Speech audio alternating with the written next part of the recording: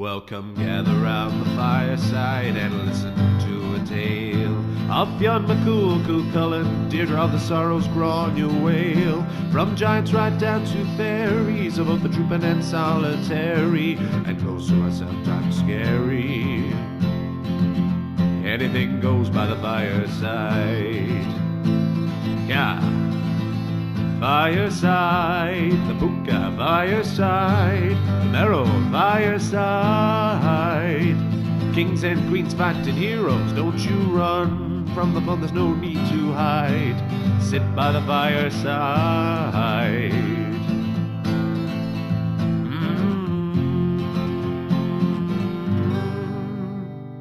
Fireside.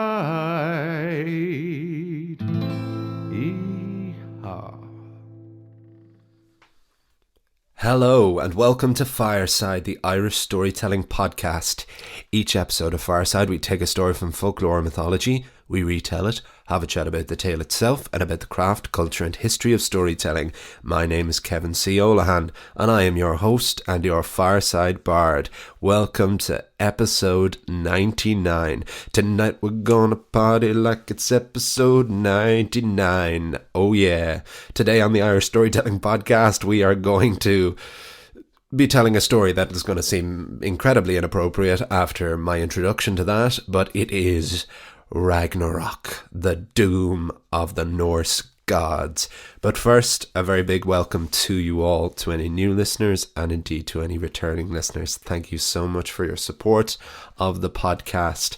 If you enjoy it, please do follow me over on Instagram at FiresideBard. If you want to get in touch, at thefiresidebard@gmail.com. And if you really want to support the podcast, you can do so over at patreon.com/Fireside Podcast, where you can join our ever-growing list of very kind benefactors. I want to give a special thank you and shout out to this week's newest patrons, which is Ian Skinner and Cian O'Mahony. Thank you so much for your generosity. You join our 7 other new patrons for this month. It's been the strongest month on the Patreon so far, and I'm absolutely delighted with that. So thank you so much for your support, and indeed to all of the other patrons who have supported, whether it be from the beginning of the year or recently. I can't thank you all enough, because I've invested a huge amount personally and financially, not just in this podcast, but on developing this podcast for a new project for 2021, which I have been telling all the patrons about and will tell all my listeners about very soon. It will be an announcement before Christmas. We're just kind of finalizing things here at home, or I am at least. I'm just trying to get all the right things in place before an official announcement and a soft launch. But the Patreon money is helping fund this. It is entirely funding it, and you are, with your Patreon support, you are funding Fireside and furthering the tradition of Irish storytelling, which I hold so dear, and I know all of you hold so dear as well. So it is going very much to as good a cause as I can think to put it towards. I can't think of a better way to spend the money made for doing this podcast than for developing this podcast and developing what it is that I do. And so thank you very much one more time. But if you aren't in a position to support the podcast via Patreon, supporting it with your listenership is more than enough as well. But if you are enjoying it, please do follow me on Instagram. Please do tell a friend about it, because we have just hit over 200,000 downloads. And I wanted to get to 200,000 before the 100th episode, so I'm absolutely delighted. We were only at 50,000 this time last year, so to be at 200,000, to have tripled our listenership, is incredible. It feels the podcast is still going in the right direction as we approach our 100th episode next week, if you can believe it. But this week, I just wanted to give a quick mention. I won't mention them by name, because I'll get back to them personally myself. But I had a contact from a listener saying that I sounded a bit down on the episode last week. I apologise for that, and thank you so much for your concern. If anyone else noticed that or was wondering, I am actually okay. I think, like everyone, we have our good and bad days. I, in general, have been better, relatively speaking. Everyone in my family, everyone I know and love is is relatively healthy and everything, which is all you can really hope for. And I've been working away on a good few things. I've had a lot of things to focus my mind on, and I've been fortunate in that, and great that I can continue recording this podcast remotely until we get back into the Head Stuff Podcast Network studios. So I'm very fortunate for that. So I am doing okay. I have bad days like everyone else, and it's been wonderful to, not wonderful, but I felt a great sense of community with the podcast for all of you who have sent me messages letting me know how you're all getting on and how you're coping through all of this, and saying that you've been listening to Fireside on your walk or whatever. Please do keep them sending in. I love hearing from all of you, and that's what I want. I want to feel like this is a growing community that we have here with this podcast. So keep them coming, get in touch, just to even say hello. It's always welcome. I'd love to hear from you all. So the story for this week, continuation on last week we had Ragnarok Part 1 with the death of Balder, which didn't really contain any part of Ragnarok per se, but as you will see here, nothing of Ragnarok will ever come to pass without the death of Balder and the imprisonment of Loki. As I had said, I want to get back to Irish mythology for the 100th and delve back into a lot of the untapped areas that we did or didn't do in our first run through in the first 100 episodes. But because I began Norse mythology and dove into the Vikings and the Norse occupation of Ireland, it didn't feel right to leave that without putting the ending on it, even though there was so many Norse stories that I would have loved to have done, and who knows, maybe we'll do every now and then in the future. There's a couple of ones, particularly like the story of Loki's children, and how good poetry is made, how bad poetry is made, how Odin learned how to read the runes and sacrificing himself to himself. There's so many incredible stories in Norse mythology that I would love to have a crack at adapting, but this is first and foremost an Irish storytelling podcast, and our bread and butter is Irish myth and legend and folklore. So there are so many writers who are more equipped, and so many Norse writers, who it's their culture and not mine. So I just wanted, as a treat for myself, and I hope for you as well, wanted to have a dip into Norse mythology. But this will be the finale of it for the moment, and what a finale. In more than any other mythology, Norse mythology has a beginning, but my God, does it have an end. And we'll talk a bit more afterwards, but this is Ragnarok, the doom of the gods on Fireside.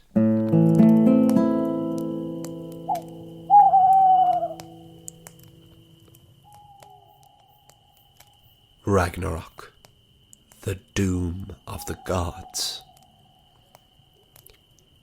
It will begin with the winter. A winter unlike any other. It will only get colder and colder, crisp to bitter to unbearable. And it will not end. For 3 years of frost, the inhospitable will become unlivable. The mortals of Midgard will turn on each other. Brother will fight brother. Mothers will fight daughters. Fathers fight sons. As the wall Odin and Vili and Ve built around Midgard begins to crack. The wall made from Ymir's lashes to protect us from the giants will collapse. The giants will be waiting, as they always have. Then will begin the earthquakes. Entire mountains will tremble as autumn leaves. Yggdrasil, the world tree, will shake like the ripple in a lake. Beneath Asgard, Fenrir, the wolf offspring of Loki, who was bound there by the gods, will be freed from his dwarven bonds. The enchanted ribbon which entrapped Fenris wolf also kept him from growing. Unbound, his giantess mother genes will flow again, and Fenrir will grow to the size of Audumla, the cosmic cow, inconceivable in scale. Then, Fenris wolf will devour the sun and the moon. The ocean waves of Midgard will slosh as water in a basin, and Loki's second son, Jormungandr, the world serpent who kept the world from sinking beneath the waves, will finally rise, and the world will flood. With Jormungandr, the world's largest ship, Naglfar, will be freed of its moorings. Naglfar is made of dead men's nails. You should always trim the nails of the dead, as if you don't, they will contribute to the size and scale of Naglfar. And this ship's helmsman will be one who fought alongside the gods, but on that day he will seal their doom. Loki was eternally bound beneath the earth in the darkness, wrapped in the entrails of his own son. There, the poison of a great snake slowly drips on his forehead, which is caught in a bowl by his devoted wife Sigyn. Whenever the bowl fills, and Sigyn has to empty it, a few drops of poison reach Loki's forehead, and the trickster god screams in agony. This causes the first of the earthquakes. The only thing that will keep Loki from losing his keen mind will be thoughts of Ragnarok. Thoughts of rising up with his children against the gods who imprisoned him. Loki will helm Naglfar, which will be captained by Jotun, the king of the frost giants. Loki and Jotun will meet the trickster's third child, Hel, who was doomed to rule in Niflheim in the cold underworld. Hel will lead the souls of the damned, of the unfulfilled, of the cowardly.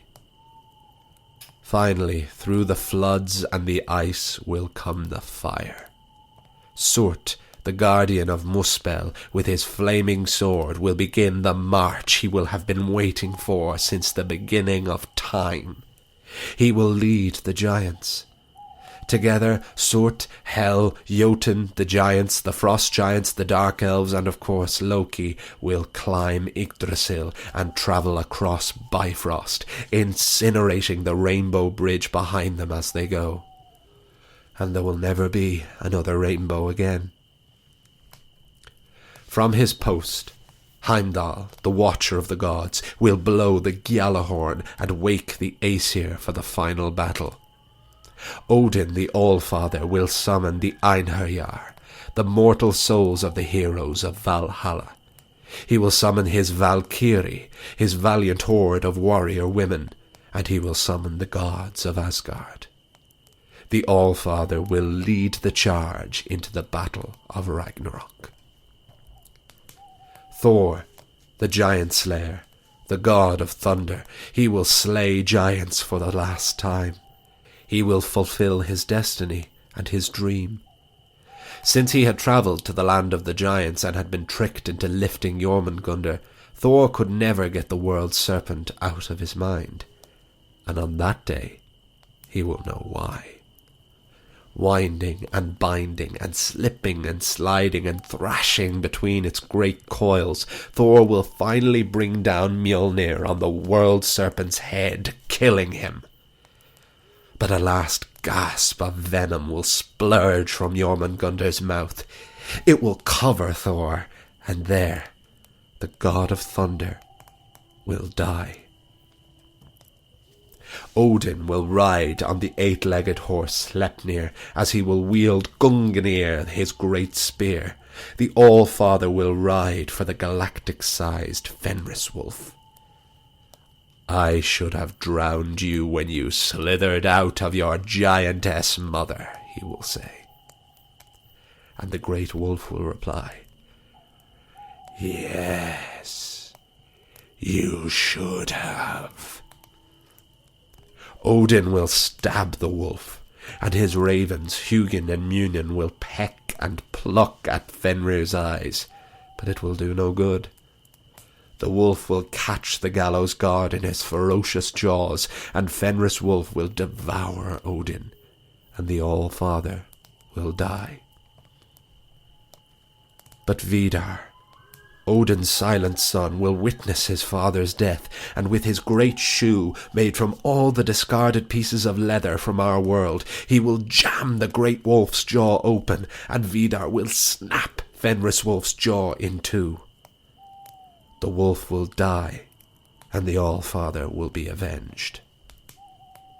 Finally, on the battlefield, Loki will smile at the devastation around him. He will have no regrets. It will be his final and greatest trick. He will fight Heimdall the Watcher, and they will die by each other's hands. Heimdall will die impassive. He will have seen this all before him. Loki will die with a smug, satisfied grin across his pale face. Surt will raise his flaming sword and raise Asgard and the 9 realms to ash. The ash tree Yggdrasil will be cut down, and the world will return to the fire and ice, just as it had begun. But then, something else will begin. The gods, mortals, giants, elves, dwarves, all creatures of our world will die. The sun will have been devoured by the great wolf, but the sun will birth a daughter, and she will shine upon the earth once more. The sun's daughter will dry the ice and the fire, and the floods will subside. Green shoots will grow from the earth, and from the underworld the shining god, Balder, whose murder had brought about the doom, will return to the living world. He will be joined by his blind brother Hod, who will see. Also there will be Vidar, who avenged his father Odin, Thor's sons Magni and Modi, who will be the new wielders of their father's hammer Mjolnir. It will take 2 of them to drag it from the waves, until one of them is worthy. Balder will find a chess piece in the grass. It will be carved to look like Odin. Then he will find Thor, Frigg, Frey, Freya, and even Loki. Balder will arrange the pieces on a makeshift board in the sand.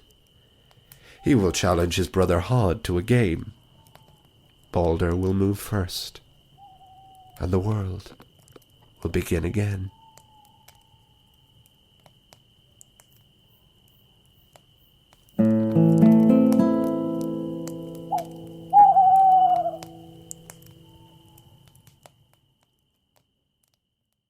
Folks, as you all know, Fireside is a proud son of the Headstuff Podcast Network, which is Ireland's largest network of independent podcasts and a loving home for the creative and indeed the curious. There are so many other podcasts I could recommend to you on the network, some of which inspired me to approach Headstuff myself. Here's a taste of one you might enjoy. I'm Connor Reid with words to that effect. How did the Victorians invent time? Where do all those pirate cliches come from? Should we all read romance novels? His mouth glided up her neck with feather-like. Why are kids so obsessed with dinosaurs?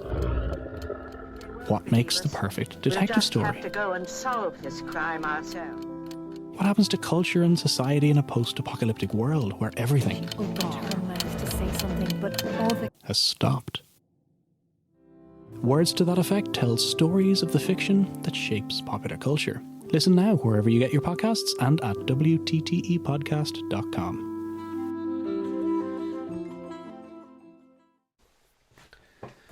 And that is the story of Ragnarok on Fireside, and I hope you enjoyed it. I said this at the end of the last episode.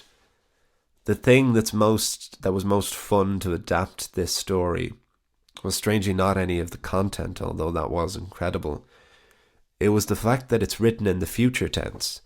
That is the most interesting thing about Ragnarok, and we've talked about that throughout the discussions on Norse on it. And it isn't just that Norse mythology has a beginning and it has an end. The Norse were very unclear about whether or not Ragnarok had already happened or whether it will happen. And that's the beauty of it being written in the future tense, but having been published, certainly by Snorri, the storyteller, in the poetic or in the prose Edda, is that if it was in the future tense in the 13th, 11th century, has it happened yet? Is it in the past to us now, or has it yet to happen? Is it a premonition, or is it a story of something that's already happened? And so the most interesting thing in adapting Ragnarok was adapting this future tense, which is in any version of it I have found. It's not about what has happened, it's about what will happen. And how often do you get to hear or tell a story about something that definitely will happen? The future is this unknown plane. We don't know ever what's going to happen for sure, but the Norse were certain about what would happen, that Ragnarok would come, the world would end, and this is how, and the gods would die. There would be no doubt about that. And that, culturally, that explains the Norse and the Viking age particularly so much. This real seize the day mentality, and obviously as part of this ritual and this religion for them, they believed that to get into Valhalla you had to die with a sword in your hand, and you wanted to join the Einherjar, you wanted to you wanted to go to Valhalla, and Valhalla wasn't just heaven, it wasn't just paradise. You had a job when you were in Valhalla. You went back into training for Ragnarok. You wanted to fight on the side of Odin, you wanted to fight on the side of the gods, because there also is Freya's Hall. Freya also has many of the valiant and brave warriors. She used to split the heroes with Odin, and all of the heroes would either go to Freya's Hall or Odin's Hall. And so that was the best you could ever hope for. And women could get into Frigg's Hall or Freya's Hall by dying in childbirth. That was considered their most noble death, whereas a man's most noble death was to die on the battlefield. And if you died a coward's death or an evil death, you would go to Niflheim, you would go to hell and be with hell. And it wasn't necessarily hell as we would associated it, because, good people could go to hell, but the implication here is that if you went to hell, you would be fighting on the side of the giants and of Loki in Ragnarok. And maybe that's the side you want, but that means you'll die too, and you'll be dying for the baddies, basically. There's a lot of talk of Christian overtones in Ragnarok, because it reflects the book of Revelations in the Bible quite a bit. But I think there's something much more to it than that. I don't think it suffers from Christian translation the way a lot of the stories in mythology can do. But it is definitely there, and it's undeniable, that we talk a lot about mythology, but the Bible does have Ragnarok as well, essentially. It has the doom of us. It has what will happen when we die, and it is one of my great favourite comedies of the last 10 years is This Is the End, is Seth Rogen and James Franco at the end of the world, all trapped in James Franco's house. That I feel that is a very much reflection of what our Ragnarok will be.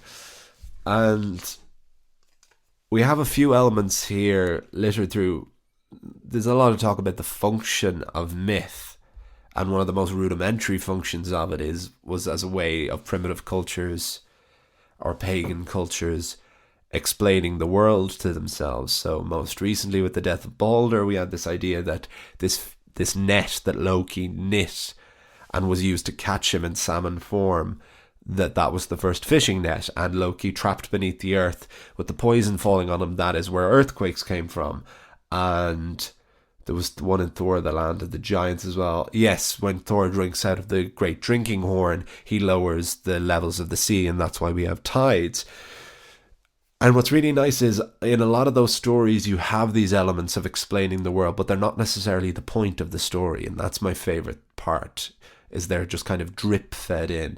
And we have this in the Doom of the Gods as well. We have this incredible incredible image of Naglfar, this ship of the damned, the biggest ship of all time, will be captained by Loki in Ragnarok, and it is made grossly with the nails of dead people, and that is so disgustingly brilliant and so unlike anything I've ever heard before. And this idea, as I think most of us are familiar with this concept that your hair and your nails are the only thing that keep growing after you die. So that ties in really nicely to this of trimming the nails of dead people after they die so that they won't contribute to Naglfar, but knowing as we do now, that nails do continue to grow. So no matter what you try, your nails will ultimately contribute to this ship of the damned. And likewise, in an absurd moment late in the story, and I was nearly going to take it out because it seemed silly objectively, but I kept it in because it is there for a reason, and it makes these particularly idiosyncratic, and I would never shy away from that. This great boot of Vidars. This great boot of Vidars that is made of all of the discarded pieces of leather from the world, whether they be from belts or shoes or whatever. You throw away a piece of leather, it goes towards Vidar's great boot, which will jam Fenris Wolf's jaw open and will be used to avenge the Allfather. I mean, what an incredible thing to be telling young children, if you were a cobbler in the ancient Norse world. They say, don't be careful with your discarded pieces of leather, because that's going to be needed in Ragnarok. Even at that level, not just like, don't die, make sure you die in battle so that you'll go to Valhalla so you can fight in Ragnarok. It's like, don't even discard your pieces of shoe leather, because that'll be needed for Ragnarok. Ragnarok, it shows how much Ragnarok must have been present in the pedestrian daily life of the inhospitable Norse world. And of course, there is this great end of all of these characters, but then there will be another beginning. And this incredible, I actually did think, when I first properly discovered these stories through Neil Gaiman's Norse Mythology, I thought that he had made up this ending of finding chess pieces in the dirt and them being shaped like the gods who had died. I thought that was just a beautiful, real game-y end to something. But that is clearly in the Prose Edda, because that is in a few versions that I've found. And I love it. And I've been watching The Queen's Gambit this week, which if anyone hasn't seen or hasn't heard of, I highly recommend it. 7 episodes. It's very, very strong performance from Anya Taylor-Joy, and it's all about chess and just how sexy chess can be. And I've always had a thing for chess. Always wanted to get back into it, but how it's portrayed, how it's filmed, it's such a beautifully shot show in general, and you wouldn't have thought they could make action sequences out of a game of chess, but they really do. So chess has been on my mind a lot this week, and then you have the lovely treat at the end of Ragnarok of this chess game being begun again. There's a lot of talk about this idea of, this great cosmic game that we're all a part of, and I think life is compared to a game of chess quite a lot, so we have that quite literally here. And it just makes me think of the Seventh Seal, the Ingmar Bergman classic starring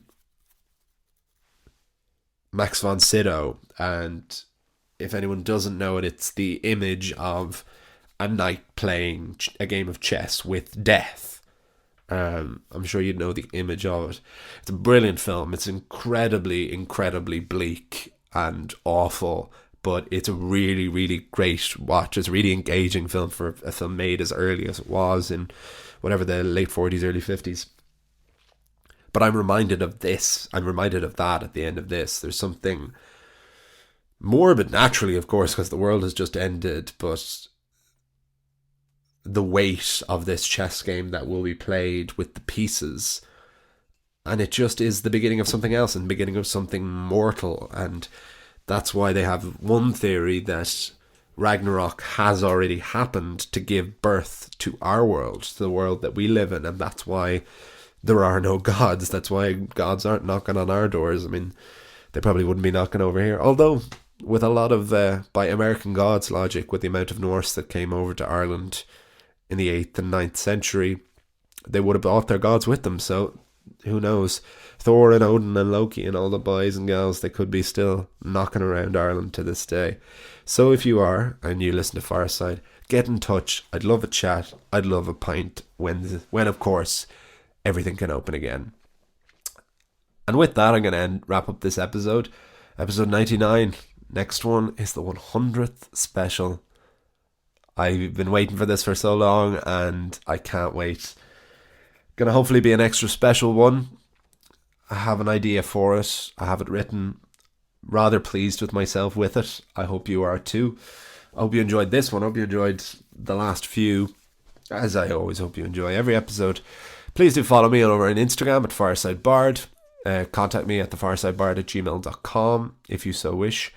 Please do support the Patreon if you are in a position to further support Irish storytelling at patreon.com/fireside podcast. Thank you so much to Alan, Paddy and everyone at Headstuff, and congratulations to Joe Biden and Kamala Harris. Not to get political, I'm sure I might possibly have some Trump supporters who listen. I know that there are Irish Americans who are supporters of Trump, but I must confess that I breathed an immense sigh of relief. Even though I'm over here in Ireland, it's not my country, it's undeniable that what happens in America has ripple effects throughout the rest of the world, and certainly does in Ireland, because our two nations are so inextricably linked. And that is what I like to embrace so much with this podcast, to embrace how Irish culture has spread. And there's no denying that the country that it has arguably spread the most to is the United States. And I love America. I love touring over there, and it was a wonderful thing. It was a wonderful thing to see, particularly with Kamala Harris, particularly to see the first woman, the first mixed race, the first black, the first Indian descent. I'm excited. It felt like a nice thing, and I may be a little bit biased towards Biden because I share his birthday, and I have never had a famous person who has the same birthday as me. I think I had like an obscure member of Kings of Leon, an obscure member of Girls Aloud, but now for the first time I can say, yeah, my guy who shares my birthday, leader of the free world. I don't know why it matters, it's just something that's always bothered me, and it's next week actually, but I won't have recorded, I'll have recorded one so I can wish. Yeah, Joe Biden is exactly 50 years older than me, if you can believe it, so I'll let you work out what age I'll be then. From that, I'll see you all. You'll hear me all next time. And remember, wherever you are and wherever you go, you can always join me by the fireside. This podcast is part of the Headstuff Podcast Network.